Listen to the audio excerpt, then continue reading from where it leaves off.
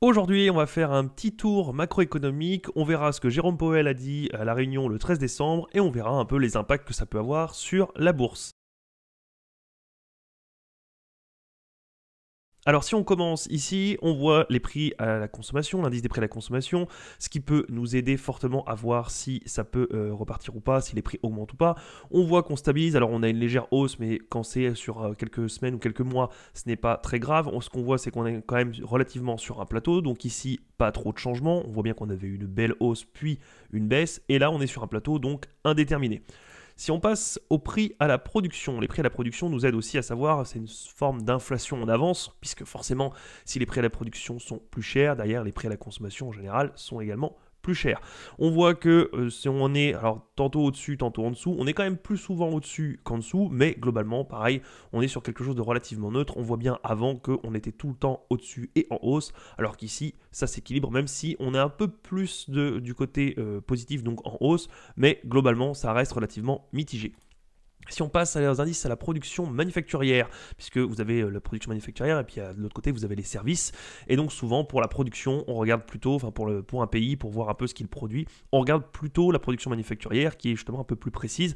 Alors ça ne prend pas en compte toute l'économie, mais justement ça occulte un peu tout ce qui est services, etc. Donc on voit bien qu'ici on est relativement stable, relativement petit même, puisqu'on voit bien que même en 2021-2022, on avait des barres qui étaient un peu plus hautes, on avait du 1,2%, 0,8, 0,8. Ici, on est plutôt à 0,4, moins 0,1, moins 0,7 et on avait ici un 0,2. Donc, on voit bien que c'est plutôt quand même en ralentissement. La production, bon, c'est quand même pas extravagant. Si on regarde maintenant du côté de l'indice Michigan, donc c'est les anticipations d'inflation, puisque c'est bien de faire un constat aujourd'hui, mais l'idée est de savoir quelles sont les anticipations. On voit qu'on est sur une tendance globale qui descend, ça on le savait puisque avec les resserrements monétaires, on a eu, avec le prix du pétrole qui descend, on a globalement une inflation qui est redescendue. Mais attention, une inflation qui passe de 5-6% à seulement 3%, c'est pas une diminution des prix, c'est une augmentation moins vite. C'est une accélération moins vite. Vous passez ici de 100 à 105,4 comme prix. Par exemple, si vous aviez quelque chose à 100 euros il y a 2-3 ans, ici vous avez forcément un 105,4 et ici vous avez 3% sur les 105,4. Ça veut dire que derrière vous faites 105,4 fois 1,003. Donc c'est toujours une augmentation des prix, mais moins rapide, moins forte. Donc on voit bien qu'on a une descente, on voit bien qu'on a eu quand même 2-3 pics ici qui montre que c'est pas encore complètement jugulé et on se maintient quand même parce que même si on occulte ces 3 pics là, on voit bien quand même qu'on est sur le plateau. Alors je vais le mettre ici sur la barre bleue, il faut regarder mais tout à droite du graphique, on voit bien quand même qu'on est sur relativement un plateau ici. On a du mal à faire vraiment chuter en dessous des 3%. Donc 3%, ça serait quand même une inflation qu'on n'a pas vue depuis assez longtemps, depuis un petit moment maintenant. Alors si on met le max, on voit que les 3%, alors si on se met par là, on va essayer de se mettre ici, 3,1%, on voit la ligne bleue, ça fait un petit moment, donc ça fait en 2014 qu'on n'avait pas vu ça, et donc on voit bien que c'est une inflation qui pourrait du coup faire un peu de mal à l'économie, surtout quand on voit les envolées des valeurs, quand on voit derrière des sociétés qui sortaient des rendements de 1 ou 2%, avec une inflation à 3%, ça peut être problématique. Et si on regarde maintenant les anticipations de la Fed, on a, alors avec le discours de Jérôme, forcément ça a un petit peu changé. Si on regarde au niveau du mois de mars, on estime que ça pourrait rester à 5,25, 5,50 comme c'est aujourd'hui, mais 65% estiment qu'on pourrait commencer à descendre. Et en mai, au stade d'aujourd'hui, il n'y a plus que 2,1% qui pensent qu'on pourrait rester à ce stade-là, 26% on serait descendu d'un cran et 60% on serait descendu de 2 crans. Mais alors, qu'est-ce qu'a dit Jérôme Powell lors de la réunion? Si on regarde, Jérôme Powell annonce la baisse des taux pour 2024, les marchés financiers explosent. Oui, tout simplement, puisque on le sait, quand les taux baissent, forcément vous grippez moins l'économie, vous-même vous la facilitez. Forcément, quand vous pouvez emprunter, je schématise, mais quand vous pouvez emprunter à 0,1%, et derrière, n'importe quel business est rentable. Si vous faites même ne serait-ce que 0,2% de croissance, ce qui est ridicule, mais si vous empruntez un 0,1 pour gagner 0,2, vous gagnez de l'argent techniquement. Donc si vous faites 1%, 2%, 3% de croissance, on comprend rapidement que vous gagnez de l'argent. Maintenant, si votre emprunt est à 3 ou 4%, on va dire 4%, ça veut dire que vous devez au minimum faire 4,1 de croissance pour réussir à gagner de l'argent.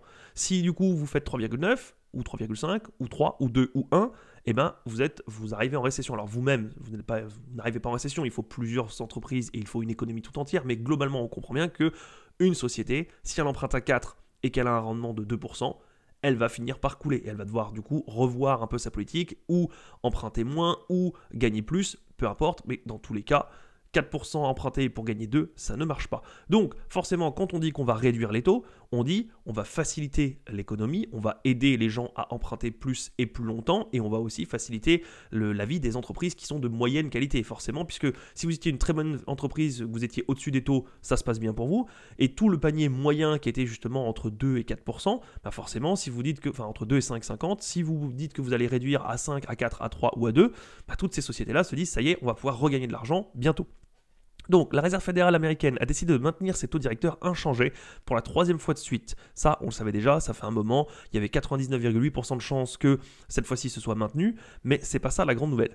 Ces derniers se situent donc entre 5,25 et 5,50. Néanmoins, les responsables de l'institution anticipent 3 ou 4 baisses l'année prochaine pour les ramener à 4,6 en fin d'année 2024. Alors, la bonne nouvelle est que on n'a pas seulement une baisse, ça c'est confirmé que du coup ça sera l'année prochaine, même si jusque-là, Jérôme Powell le disait, mais le disait à demi-mot en disant on verra bien, c'est selon l'inflation, selon l'économie, tout ça. Donc oui, c'est probable que ce soit en 2024, mais rien n'est moins sûr. Là, ils anticipent carrément 3 ou 4 baisses. Alors même si les 3 sont un peu optimistes, mettons que ça passe à 2 voire à 1, dans tous les cas, le fait d'annoncer 3 ou 4 baisses l'année prochaine certifie, alors entre guillemets, puisqu'on ne peut jamais rien certifier, mais il y a une forte probabilité qu'on commence quand même réellement à baisser l'année prochaine, quoi qu'il y ait comme scénario, pour les ramener à 4,6% en fin 2024. Alors ça, pour moi, le marché n'a pas compris, puisqu'on a eu une hausse explosive d'un coup, parce que tout le monde était content en disant ça y est, les taux vont baisser, sauf qu'il faut se rappeler qu'on va redescendre à 4,6% si tout se passe bien. Donc de 5,50 à 4,6, c'est un bon chemin, c'est très bien.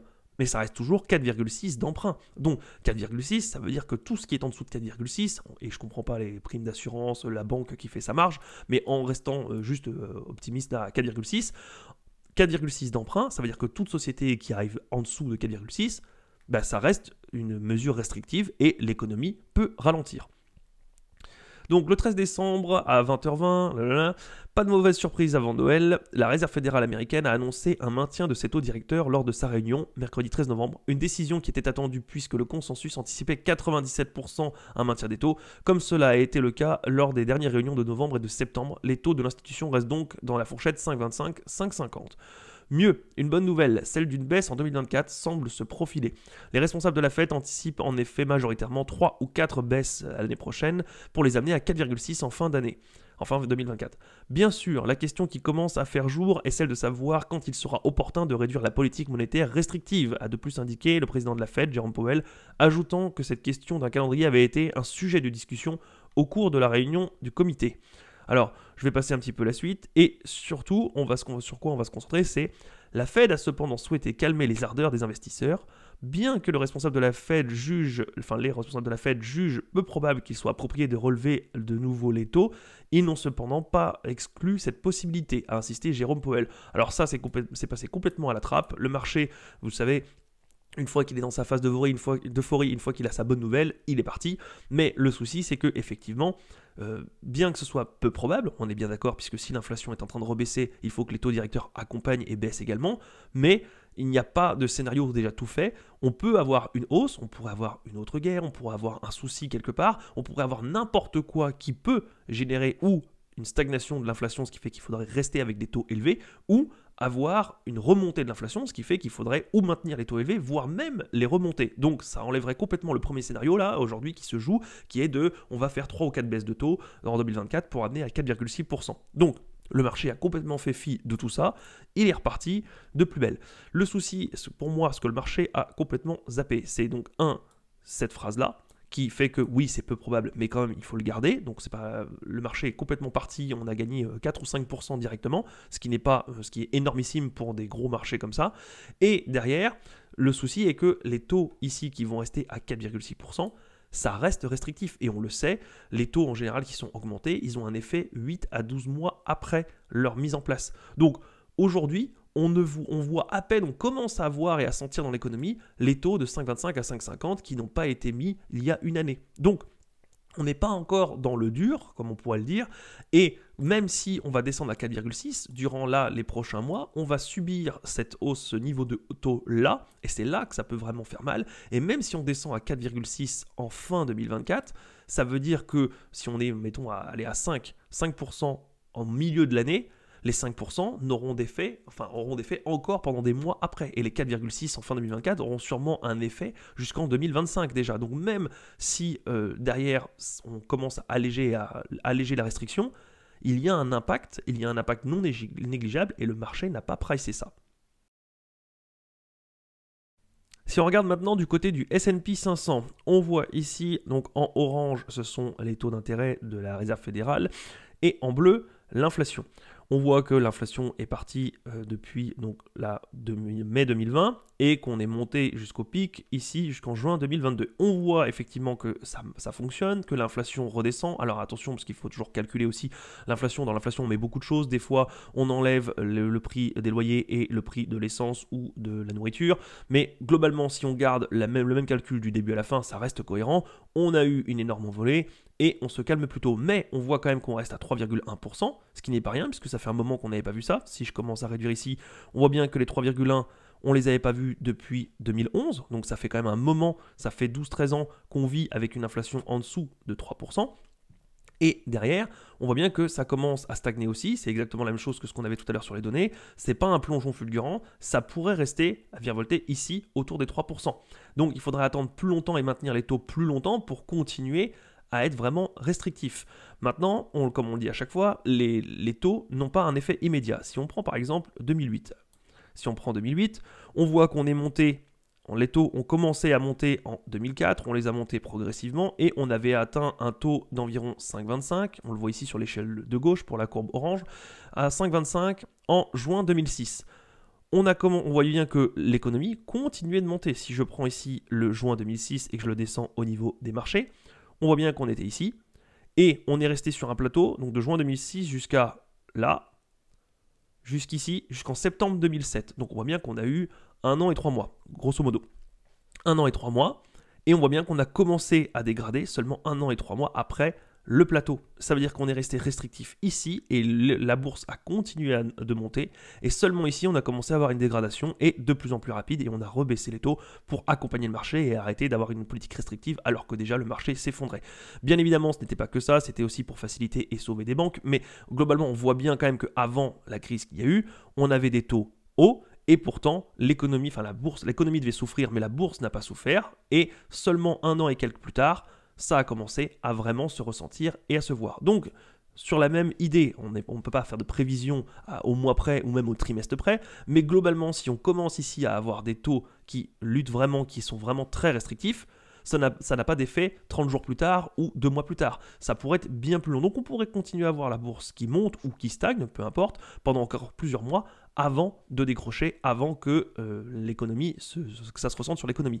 Ce qui me fait dire que oui, c'est une bonne nouvelle de dire que déjà on commence à relâcher les taux pour aider l'économie, pour la laisser un peu souffler, un peu respirer, mais on a toujours une inflation qui a l'air de s'accrocher aux alentours des 3%, et les taux ont pour projet d'être réduits jusqu'à 4,6% en fin 2024, ce qui reste restrictif pour beaucoup d'entreprises, pour beaucoup d'acteurs de l'économie, et en plus, durant ce laps de temps jusqu'à fin 2024, les taux actuels vont continuer de comprimer l'économie et vont continuer de faire mal, et on va avoir de plus en plus de faillites. Maintenant la question c'est, est-ce qu'il va y avoir trop de faillites et que la bourse va s'effondrer? Est-ce qu'il y aura quelques faillites mais ça va rester dans un grand range et qu'on va passer cette période un peu difficile avant de repartir dans quelques années dans une période de croissance? Je ne le sais pas, personne ne le sait, mais en tout cas il ne faut pas non plus se jeter ici et dire ça y est c'est reparti to the moon, puisque derrière Jérôme Powell baisse les taux et ça va être reparti, on va avoir une période magnifique en bourse, on est reparti pour 10 ans tout de suite. Non, pas forcément, attention, les taux ont un impact, les taux ont un impact de long terme,